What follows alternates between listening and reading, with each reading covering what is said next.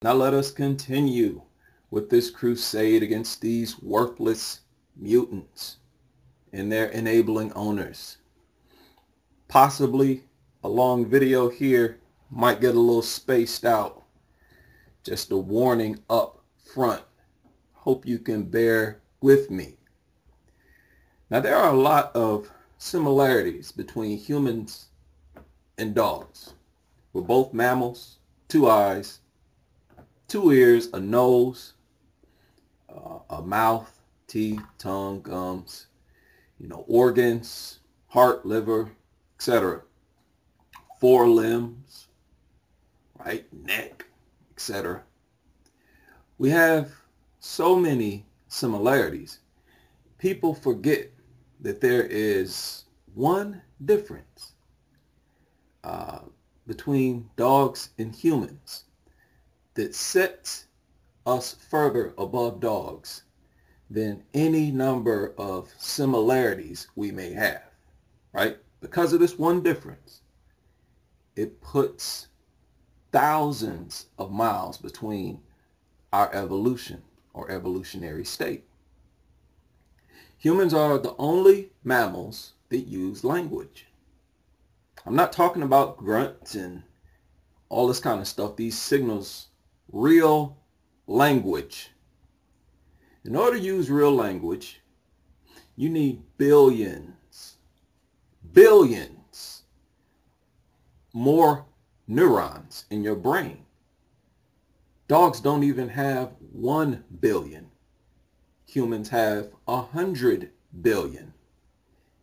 You basically need a much larger computer with much greater data processing, storage capacity.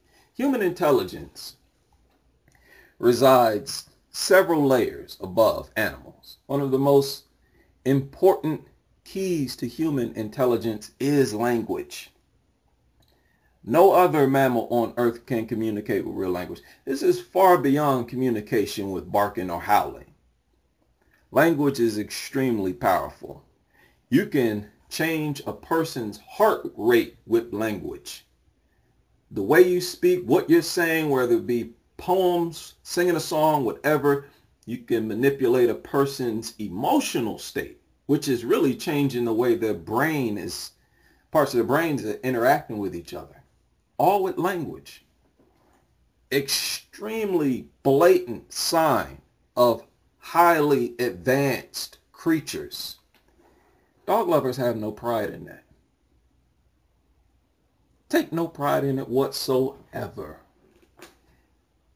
They would rather compare their existence to dogs and say that dogs are just like humans. We are no better than dogs. They're just humans with fur. Folks, that takes an extreme level of, a lack of evolution. You have to be extremely primitive mentally to engage in that type of thinking, right? If you were to give dogs the ability to talk right now, they would not say anything, ever. No matter how many generations pass, because dogs do not possess our level of intelligence. Dogs and humans actually began life almost identically. We're able to see, but we don't have the brain function to articulate what we see. As babies, don't have enough brain function to even coordinate our mouths and tongues correctly, to say anything, even if we had the ability to form like a complex thought. We don't have the ability to do that yet to any significant degree. But once the human child starts to speak language, they create observable intellectual distance between themselves and dogs at a rapid pace. The human starts to display the most irrefutable example of intellectual superiority, primarily through language, ability to communicate your intelligence, to have great intelligence, and also communicate it. Once human is developed enough to use sentences and have conversations around 8, 9, 10 years old. They are old enough to understand the most complex algebra, politics, anything else that a college grad student would be able to learn. We've seen several examples. It's all about how you raise the child. No matter how you raise a worthless mutt, it will always be worthless and dumb, incapable of using language. It's permanently stupid. So giving it a mouth or the muscles to be able to coordinate its mouth to talk, it wouldn't say anything. It's too stupid. They are levels beneath us. They are inferior life forms. In a depression, what value would a dog have? It's nothing but an expense. It's something you want to keep away because it's going to steal your food and attack you, which tells you dogs are a product of the society, of the financial state of the society. They are not naturally our companions. They're naturally pests, carcass scavengers, mutated carcass scavengers, good for nothing other than begging for food, eating, and shitting.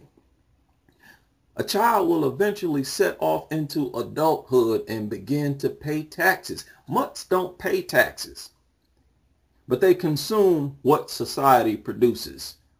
The use of language is one of the most ultimate signs of advanced intelligence. If we see another life form using language, even if we don't understand it, we know they're highly intelligent. Once you are on this level, you do not try to form human-like relationships with land creatures. They have such low-level intelligence, they can't use language at all. Human relationships are based around language.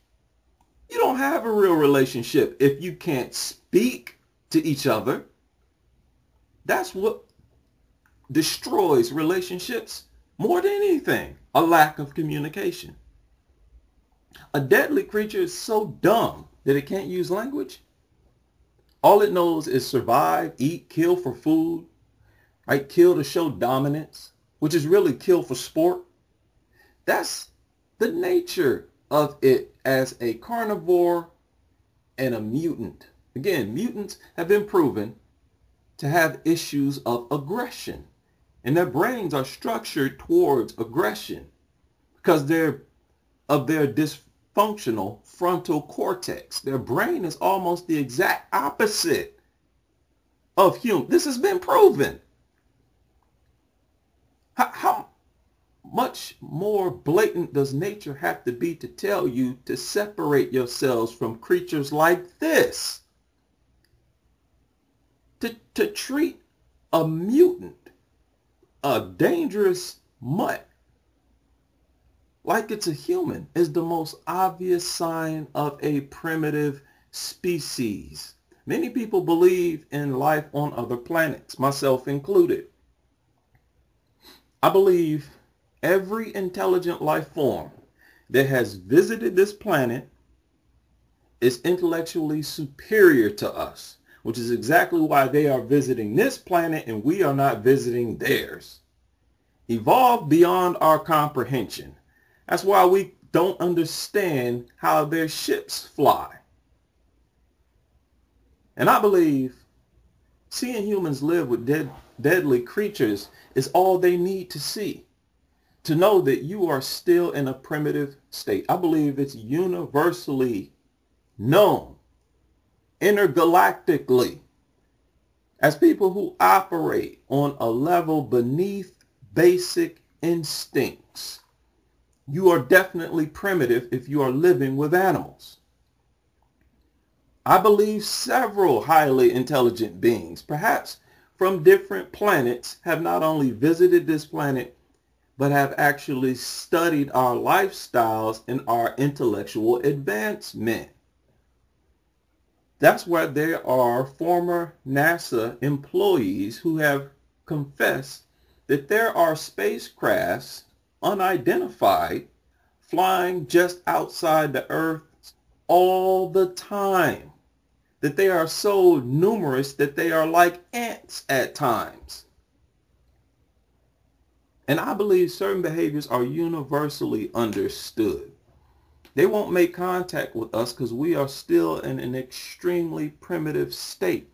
I believe living with wild animals is a universally understood sign of a primitive group of beings in the eyes of all highly advanced beings, whatever planet they live on. For example, you got a pilot and a co-pilot in a UFO.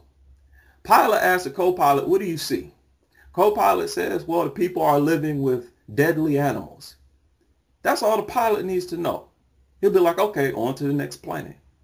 Right? These people are not ready yet. We can't make contact with people like that. Setting yourself apart from lower life forms that are also deadly is a basic example of intelligence. Basic. Fundamental. It don't even require advanced intelligence, which tells you how primitive dog nuts are. If you're not even developed to the point where there is no reason to make contact with you, I would not be surprised if living with dogs is the main reason other intelligent life forms refuse to make contact with humans. They could probably accept our inferior machinery. Like, okay, yeah, they're not at that level yet. But when they actually study us and see us living with animals, they're like, okay, there's some more mental things going on here. I believe they are intelligent enough to see this craziness just like we are, especially so if they are so much more intelligent than we are. They've probably seen it on other planets. As you can imagine, if they're visiting this one, they're visiting other planets that have life as well. Instead, they just observe us. They're not making contact. We're too stupid, too primitive. Possibly observing how fast or slow we are to evolve. Right? Or watching us as we devolve, go backwards. Observing our self-destructive ways. I think dog culture is an outgrowth of the overall self-destructive mentality of so many people. I watched the movie I, Robot here recently for the first time, and it reminded me exactly of this dog nut culture. People in love with robots more than they are with humans. Right? This was Will Smith's complaint in the movie. He was disgusted at how humans lack value for humans. The average person actually had more value for robots. The comparison to dog love, it leaped out at me. This is not the type of self-destruction like that you see with cigarettes. You get a good feeling with cigarettes. It don't kill you right away. You don't see cigarettes mauling people. This is not like comparable to a softball injury or injury suffered through some other recreational activity. This is a wild beast with fangs tearing your flesh off. Dog nuts kill me. How they compare dog attack injuries with injuries from playing soccer or something.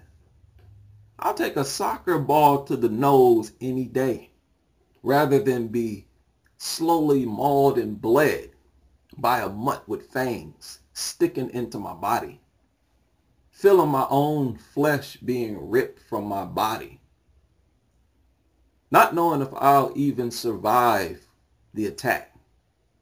This is a continuous state of hell, pain. This is torture. It's not an injury, it's torture. You will compare it to a racquetball injury. What are you thinking? This is not a broken nose from a soccer ball. So this comparison of dog attacks to other injuries people and kids suffer is laughable. Every facet of a dog lover's argument in defense of dogs has a massive hole in it. But I thought that movie was interesting because their main passion was to make the robot as close to a human as possible. They wanted the robot to feel emotions. He even gave the robot a mechanical heart, right? And some special brain. This desire to humanize things that are not human and will never be human is a type of insanity to me. There's no other way to cut it. If you love human traits so bad, why don't you deal with humans? Oh, because humans can judge you. You want something that's numb and empty, like they talked about in the movie, How the Robots Were. They can't even understand your character enough to judge you. And that's exactly why you love this creature. What are you running from? Why are you so worried about being judged in the first place? Is this some type of insecurity? This is what dog lovers should be asking themselves. Why do I feel like I need this creature? Didn't any of you get this uncomfortable, unnatural feeling when you first got a dog? You had to. And you had to ignore it. Right? This feeling that, you know what, this thing does not belong in my house. Nature did not intend animals to live like this, inside of human homes. They're designed to live out in nature. That's why they have these crazy senses. Long nose, sense of smells, sense of hearing, except that's to live out in nature, not in a house with humans as if it is a human. It is disturbing if a person has never been hit with that feeling or had that run through their mind. Shows they have absolutely no respect for nature, the natural order of things, or anything. They are themselves like a robot, numb inside. Does not try to put themselves in other people's shoes and does not care about their own safety. This is a severe mental problem that affects the majority of the population. So that makes this world like something out of a movie to me. Very uncomfortable. In order for me to be happy, I have to forget that I'm in this world. And I got to mentally go into another world. To me, the reason humans are not advanced like we could be is because we don't behave like an advanced people. When you know what's right and you still do what's wrong and not have any feeling about it whatsoever. These dog nuts, they are numb to right and wrong. They're aware of it, what's right and wrong, but they feel no guilt when they are doing wrong. There is no argument in favor of owning deadly creatures in this society when they pose such a deadly and harmful threat. Statistically,